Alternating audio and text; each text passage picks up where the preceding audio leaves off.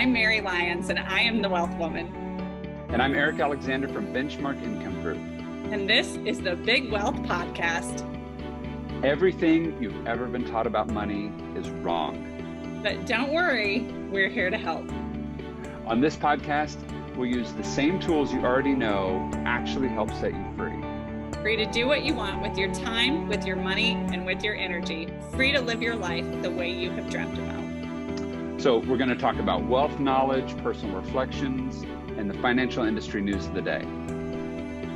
Welcome to the Big Wealth Pod. Today we are going to be talking about everyone's favorite subject, budgeting. One of the no one's favorite subject, including my own. There you go. Yeah. So I think actually this should be a lot of fun because I think both of us have agreed ahead of time that we're going to be very candid about our own issues with budgeting. No doubt. Yeah. So you're going to get lots of authenticity in this episode, but this is also one of the things that comes up most frequently when working with clients is how to maintain or stay on a budget. And I will just start by saying, I hate budgeting. I hate it. Yeah. It's the bane of my existence, right? I don't want to track stuff like, I think because we help clients with budgets all day long, it's like the last thing I want to do when I go home. And so, you know, we have, I think, a kind of a fun video about it, and it's titled "How to Stop Fighting with Your Spouse About Money" on our Facebook and Instagram pages. But I do think this is something that people ask about all the time. How do I get a handle on where I'm spending my money, regardless of income level, right? Whether someone is just starting off or whether they're making $1 million a year, spending is always an issue because as you make more money, the things that you want to buy, acquire, spend that money on, I think goes up as well. Right, your toys get bigger. Yeah. So I thought maybe I would kick it off by talking a little bit about my own budgeting journey. And you know, I always, every time I do these podcasts, I find myself wondering, like, is my spouse going to get mad at me when I get home for divulging all of our personal secrets? So far, that hasn't happened yet. You know, he's met you though, right? So he kind of expects it, I think. He's not totally shocked. He is definitely a much more private person than I am. And I'm like, I got no secrets. And he's like, some things aren't meant for public consumption, Mary. Don't overshare. So I'll just talk to like when Mike and I first got married, where we had some issues from a budgeting perspective. So when we got married a long time ago, we had totally different spending patterns. So Mike had opened a credit card when he was in college, and he had a tendency to charge that credit card up so that the balance was somewhere between $5,000 and $7,000. And then he would like go into a hole and spend zero money until he paid it off. And then after he paid it off, because he had been in deprivation mode for 6 months or a year or however long it was, then he would end up charging everything back up again. And so there was this sort of, even though his income was very steady, his actual experience was more feast and then famine. And then I was totally different than that. I did not have any credit cards when I graduated from college. And so getting credit was almost impossible for me.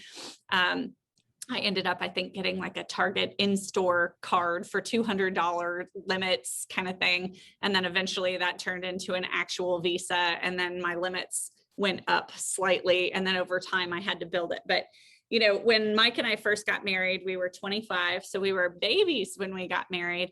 But I am fiercely independent. I could not, I don't think you meet many people who are more independent than I am.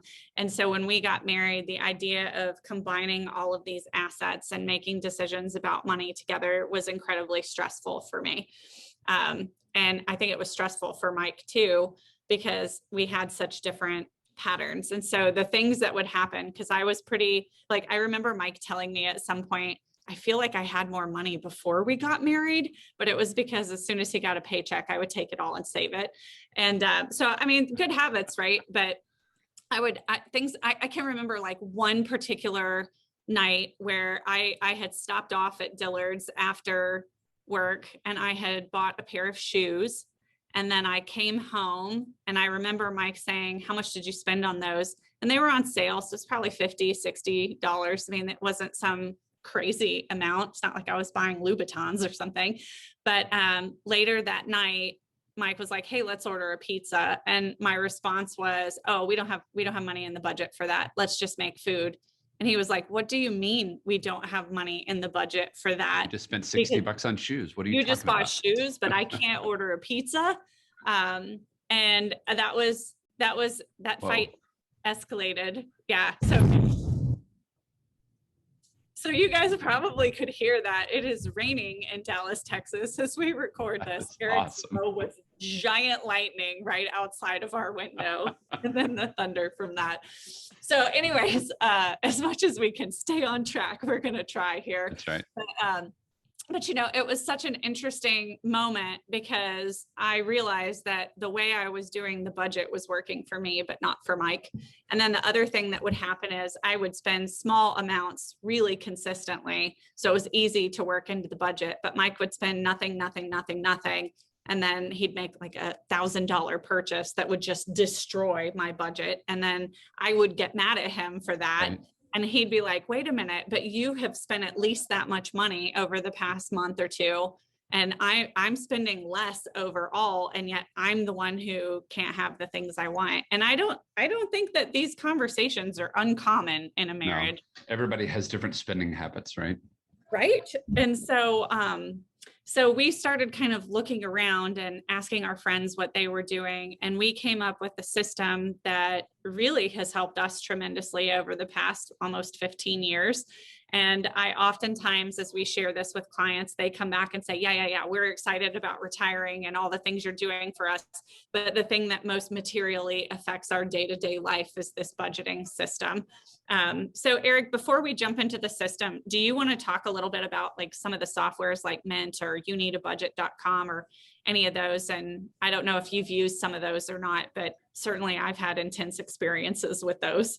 Yeah, I had intense experiences. I think I used Mint for a little bit. And they're linking to your bank account. I don't use it. I haven't used it in a while. And I still get notes from them like, your balance is here and here. You should do this. Like I still get, it's like this, you're part of the family you can never get out, right? I feel like I'm part of the mob or something. But yeah, no, I mean, it was really neat because it was the nerd part of me really liked that idea of sort of loading everything in. Okay, where does this fit? Where does this fit? We're going to spend 32.5% on this month and 27.4% on this. But it was, once I got past the initial exercise of sort of creating it, I'm like, yeah, I'm done with this. Like, I don't want to manage it. I don't want to put in and track all my numbers every day. Where did I spend? I spent $3 at Target and $4 at Starbucks. And like, I'm not doing that. I gave up. Yeah. So we started using Mint, I think probably a couple years into our marriage when Mike went to law school and I was really beginning my career as an advisor. And the reason we started using it is because because I always kind of managed what was happening with our budget, Mike would just say like, hey, do we have money for this? And my love language is gift giving. And so the answer was always yes. I will find a way to either earn more money or rearrange other parts of the budget to make sure that he would get the things that he wanted.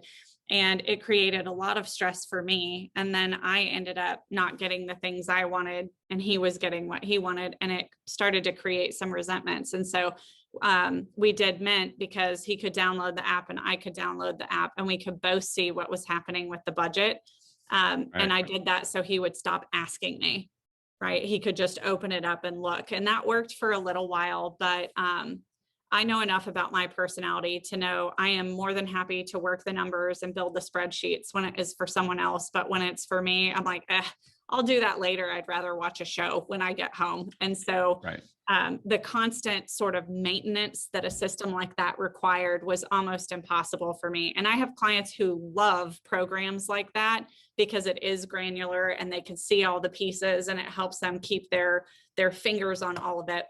Where I have found those programs to be most helpful, though, is really the focus on getting a handle on where your money's going. So I remember when I put everything into Mint for the first time, I was like, holy smokes, I'm spending easily over $1,000. I think it was like $1,500 on lunches, because I'd go eat lunch with somebody. I'd be like, oh, I'll pick up your lunch because it's networking, or, we'd go out to eat dinner, and, I just didn't think about it. And when I saw how much money was going out on food, I was like, man, I could easily make small changes that would dramatically impact my ability to save money. So I do think those programs are really good for getting a handle on it.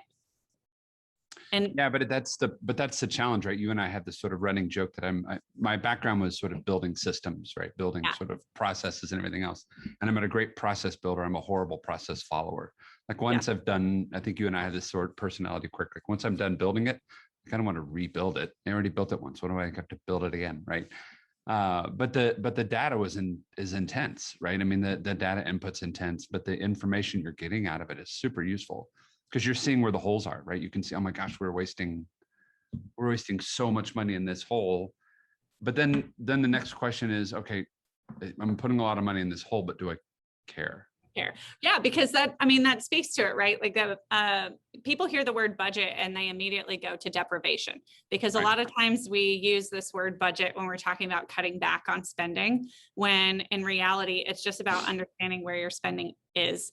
And I think that's huge. So I will tell you, I personally cannot stay on a budget. I have consistently for my entire life saved probably 40% of my gross income. And that's just because when I first started working, my dad said the magic number is 20. And as your income goes up, so should the percentage that you're saving. And so I just always did that, right? Like to me, there was no other way to do things, because this had been ingrained in my mind from the time I was very small, right? And that speaks to why it's important to talk to your kids about money.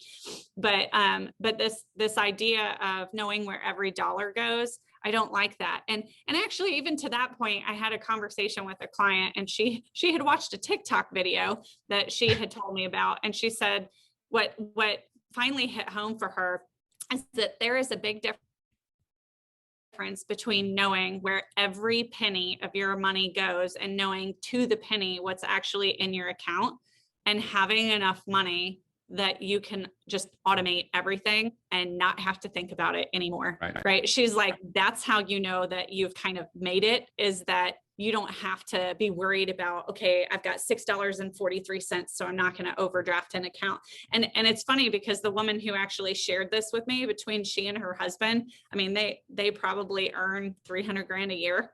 So to hear somebody at that type of income level being worried about the pennies compulsively for most of her adult life, and then having this aha moment that if she just automated it, she could let all of that go and then focus her energy on the things that were important to her. So, well, it's that decision fatigue, right? I mean, it goes to this sort of psychological concept of decision fatigue. Like we're really good at making hard decisions, but every time we make a decision, we wear ourselves out.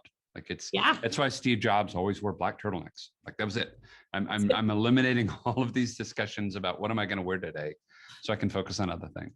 Right. And I think that's important. So let's talk about automating for a minute. Yeah, absolutely. So the video that's on the Wealth Woman Facebook page and also on the Instagram is all of this is whiteboarded so that you can actually see it visually. So if you need additional resources after this, you can check that out. And we'll make sure that it goes onto the Benchmark Income Group pages as well, just so it's easy to see. But when you look at what happens, I think bucketing money. So Eric, you and I go back and forth about some of this, right? Because money is a dynamic system, and yet people want to put money in buckets. And I think there are times when bucketing money makes things easier, as long as you don't lose sight of how it fits into the bigger dynamic system. So I kind of started looking at, okay, where does budgeting get hard for me? And I don't know how it is in your household, but I have had periods of time where I've gotten one paycheck on the first of the month, and I only got paid on the first of the month. I've had times where I've gotten paid, twice a month, which is more of a normal paycheck cycle. And then I have, like, if I think about how income comes in now, I mean, some of it comes in quarterly, some of it comes in monthly and predictably, some of it comes in at different points during the week. And so it's maddening. Yeah. And it's gotten like harder and harder to figure out like exactly how everything comes in. And so when I started looking at what's actually happening here, I found, especially when I got paid once a month, it was like, woo, I'm so rich at the beginning of the month. And then the last 2 weeks of the month, I'd be like, I'm eating ramen and tuna fish because I spent all my money already. And I got to make sure I can pay my mortgage when it comes due. Well, that's why whenever we set up like pensions, sort of simulated pensions, annuities for clients, we never do an annual pension. We never do annual dump in of cash because you'd be out of money in June. Right. You'd be like, you'd have burned through it all, right? I'd be like, ooh, I got the cash now. Let's do it. Right. And I think that's one of the things that's so important here. And this is true honesty. If there is money in my account, I can find something to spend it on. Oh yeah. Right. That's human nature right there. The balance goes up and I'm like, ooh, what project do I want to do? Do I need a new sofa or do I want to buy a new shirt? Like it just, you start thinking about what you can spend it on. And so I decided first off, that a month is too long. And honestly, 2 weeks is hard to think of. It's, we spend a lot of time thinking about what happens for years and lifetimes in our office. But when it comes to managing my own finances and really any aspect of my life, I don't wake up in the morning and go, ooh, what's going to happen for the rest of the year? I wake up in the morning and say, what's going to happen today? And maybe on Sunday, I'm like, ooh, what's going to happen? What are we doing this week? This week. Yeah. It's rare that I'm looking at the entirety of the month because I'm already using scale in our job. But when I look at my own capital on a day-to-day basis, it's day-to-day. It's not month to month or year to year. So when you're in the checkout line at Target, you're not thinking about, am I going to spend $43 in 3 months at Target? No, you're thinking like, I've got to spend this $100 a month or this $100 right now. Like we living in the moment. I'm sitting here going, wait, you can get out of Target for $43 because if I don't go to Target and the boys don't go to Target, I think we can make it out under $100. But if either of us goes, that's how you do it. Right. Yeah. So my wife goes, we can do it. Oh, well, that's amazing. I don't have that skill. I'll have to talk to Amy. So, okay. So here's kind of the way we start looking at this is if you can automate the bill, automate it. So we're going to talk about a system of accounts here. Absolutely. So when Mike and I get our checks, the money goes into a joint checking account. So that joint checking account is for one thing and one thing only, and that is mandatory expenses. So I want you guys to understand the accounts, the way they're structured first, and then we're going to talk about how credit cards can play into this. But the mandatory expenses come out of the joint account. So let's kind of talk about what that is. That's the mortgage. That's any recurring bills, electricity, water, car payment, that type of thing. And then it's also mandatory expenses like groceries. It's going to be things like prescriptions and medical, the things that are absolutely mandatory in order for you to maintain your lifestyle, right? So one of the things that was really interesting when we first started doing this is that when we would pay like the investment money or insurance premiums or any of that, we had it drafting out of that joint account because to me, initially, the savings was mandatory. Right. And there was this weird resentment towards the good work that we were doing. Like, dang, that's a big bill, right? Because it's coming out of that same account. And well, you see it as a lack, right? Like I could have spent that money on more haircuts or more shoes or more whatever. Or anything. And especially when you're saving aggressively, I think it's easy if it's coming out of the same account as the bills to have that response. And I contrast that with account number 2, which is your short-term liquidity account. And this can just be a regular savings account. But the way we did it is we just set up a recurring transfer. I've had clients tell me they do a split deposit from their direct deposit at work. So it just automatically goes in with the paycheck. So whatever works better for you. But there should be a secondary account for short-term savings. So I always hate the word savings when we're talking about short-term because this is money you plan to spend, not money that you're saving for the long haul. So it doesn't actually count as savings. But to me, there is this emergency fund that you automatically transfer money into, so that the sort of one-off bigger expenses can come from somewhere, right? And that's your cushion. So whether it's a vacation that you're taking once or twice a year, whether you're like me and you have a spending problem at Christmas because gift giving is your love language, right? That comes out of that account. Or whether it's, I just ran over some nails because there's construction in my neighborhood and now I've got to get new tires. It comes out of there. So what was funny is that automatic transfer to that account, and watching that account grow, I had a totally different response, which was like, ooh, look how much money is there. Because then I'm thinking about the vacations I'm going to take and look how good the money is growing. And that response was so different that I just found myself saying, well, what if I did a long-term account? So I created another checking account, and I just automatically transferred the long-term savings into that account and drafted it from there. And it completely changed my emotional response to the money. I went adulting. I went from, oh, that's such a big bill, to, ooh, look how much money I'm saving. So let me ask a question on that then. So we talk a lot about with clients this income waterfall, right? Or this waterfall of money. So income, liquidity, legacy. So for that budget, then everything goes into the joint checking, then from there goes to short-term, and then from short-term goes to long-term.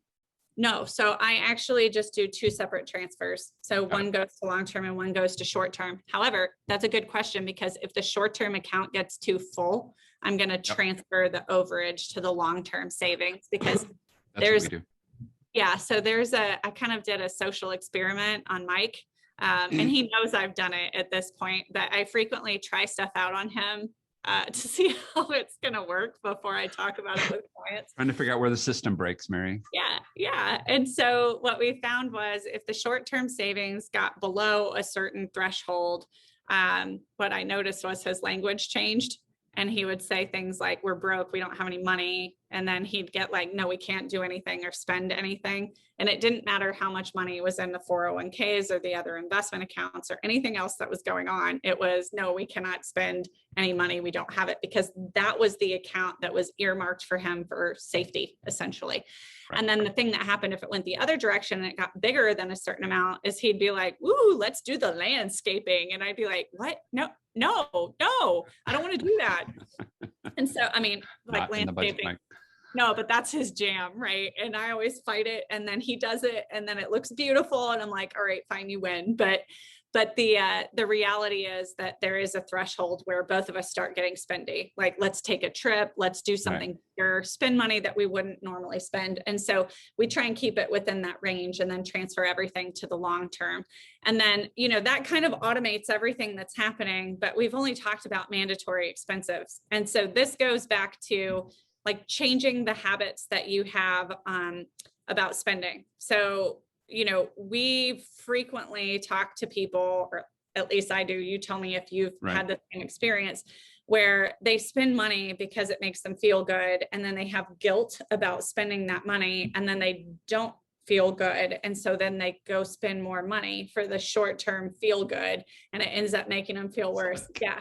It's like alcohol, Mary. It's like alcohol. It is, right? It's like, you just, if you can't stop, it becomes a problem. And so moderation is so key here. And I know definitely for me, when it comes to the spending, I have had times where, like I would describe myself as an emotional spender. If I have a bad day, I want to buy something because it makes me feel good in the short run. And if I have a good day, I want to buy something to celebrate. So, it doesn't matter what the emotion is, I'm spending. Mama likes nice things. Like, I'm just going to admit that. But I think that can create a problem long-term, and it takes a lot of the joy out of it. And for me, what would happen is I'd buy something, and then immediately my thought was like, I could have saved this money. Right. Yeah. And then I would feel bad about it. I just robbed my children of millions of dollars that they could have had. I'm a horrible person, right? I mean, you can go anywhere with that, right? Yeah. So it builds. And so what Mike and I decided to do, and this actually came from a friend of his, like at the very first job that he had when we were married, they took a weekly allowance. And so what we ended up doing is we set up two separate little free checking accounts. And then on Friday, there's an automatic transfer that is your week's spending money.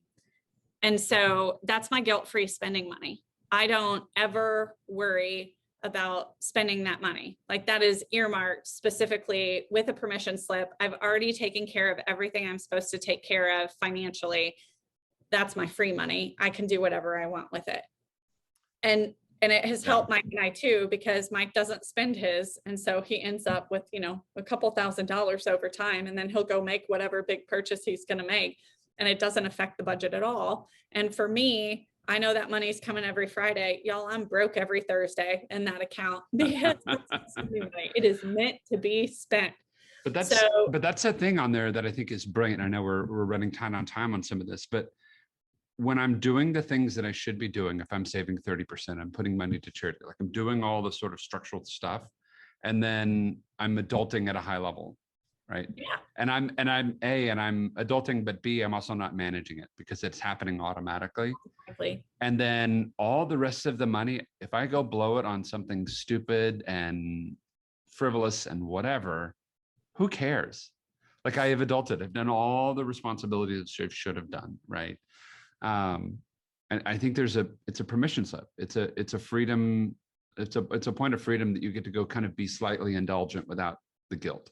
Right. Well, I think half of financial success is just figuring out how to manipulate yourself into good financial habits. Right. And so I don't think we can negate the role of emotion in our financial outputs. Right. I mean, it's, if money were math, we'd all be rich and famous. Yes. Say that again. Say that again. Right? Well, if money were math, we'd all be wealthy, right? But It's not math. There's so much more emotion in that than money, than math. It's human behavior, right? And so figuring out how to get the behaviors you want, I think, is key. And so, if you have the type of income where you have like commissions that come in or variable compensation of some sort, for us, when that happens, we just say, okay, this percentage is going like to long-term savings. This percentage goes to short-term savings. And then the rest gets divided between Mike and I, and it goes right into those spending accounts. And so the allowance accounts, discretionary spending or allowance, you call it whatever you want to. I like allowance. Yeah. Right. I mean, that's how we got it as kids, right? Like for me, I would do all my chores and on Friday I would get my allowance. And so I always had cash on the weekend. And then, I had to work again and I'd get it. And so like most of us have grown up on this sort of weekly cycle of thinking about money. And so why fight that just because your paycheck comes in every 2 weeks or once a month? Like find a way to get back to that weekly schedule, because it's so easy to think through it. And then the only account I have to look at is my allowance account. And, if that's real time, I use a debit card. So I just open it up and I'm like, oh, I got money, or, oh, I don't have money. And there's a brilliance on that too, that I think is really important. Is there was a book called The 12-Week Year. And one of the things they talked about in the 12-week year is that we sort of suck at planning for 12 months because we get into month 4, we're behind on our schedule to the projects that we're working on. And then we're like, well, forget it, I'm out. Like everything just kind of descends down because you're like, there's no way to catch up at this point. Right. Well, and so the theory, the book was shortening that. If you're thinking about your entire working lifetime building for retirement. Right. So, but if my cycle is a week and I've blown the week, I get a restart every Sunday, right? Okay. I'm going to make better decisions this week. I can do this. And but it's not like I'm 2 months in and whatever, the year's gone, right? I'm just, forget it. I'm a horrible person. I'm never going to retire. I suck at saving, whatever trash is in your head, right? But if every week I get another shot, another bite at the apple to get a better jump on that, and you can automate everything else, then you can stay on. It's not this sort of endless loop of I'm a horrible person. It's easier to stay on track, and then you're not beating yourself up because you didn't match up the numbers and whatever software program you're using, right? I think that's why all resolutions fail on January 10th or something like that. It's like, forget it, I'm out. Yeah. I definitely think finding ways to make it easy on yourself. Like I love it because I don't have to think about it. I know everything is working the way it's supposed to, and it requires very little thought. And so maybe you need the thought on the front end to get to that, to figure out what your weekly allowance should be. But I think having it that way, I don't know, it just makes a huge difference. And I'm going to talk about a couple of unintended consequences, and I'm going to do it here pretty quickly. But number one, when this happened, when Mike and I separated our accounts, the dynamic of our relationship changed in a lot of ways, because like I said before, gift giving is my love language. And so Mike would buy me presents, but when he bought me presents from the joint account, in my mind, I was like, well, that's my money. And if I would have bought something, I would have bought something different. And so I didn't appreciate the gifts that he was giving me. So he just stopped buying me gifts, which, you know, honestly, like, kudos to him. He's not getting the response he wants when he puts the thought into it. So why keep doing it? So when we changed to the allowance, what happened is he would buy me gifts from his allowance account. And so then instead of spending my money on something, he was spending his money on something for me. And even though it's all fungible, right? It's all the same money because it's all coming from the same household. Mentally, what happened is I was like, oh, he's sacrificing so that I can have, right? And it changed the entire dynamic of the gift. And so that's been huge. And then there are times where, like, we've already spent all the money on eating out, but like, he'll treat me. And so it feels like a date, and it's sort of reintroduced this idea of courtship into our marriage. Right. Which I think is key for long-term happiness. So there's good consequences. Can consequences be good? There's good. It's just an outcome of an event, right? Yeah, there's positive outcomes. We'll say that, right, from some of the changes. So if you guys have questions, feel free to DM us on Instagram or message us on Facebook, and we'll be happy to set up a phone call or get on an email chain talking about all this stuff. But we would absolutely love to hear from you. So your own stories about how budgeting, what worked for you with budgeting, what you do differently. Because again, we're always looking to improve. So if you've got something to add to the system, we would love to hear what it is. Thank you guys for your time today. We appreciate you.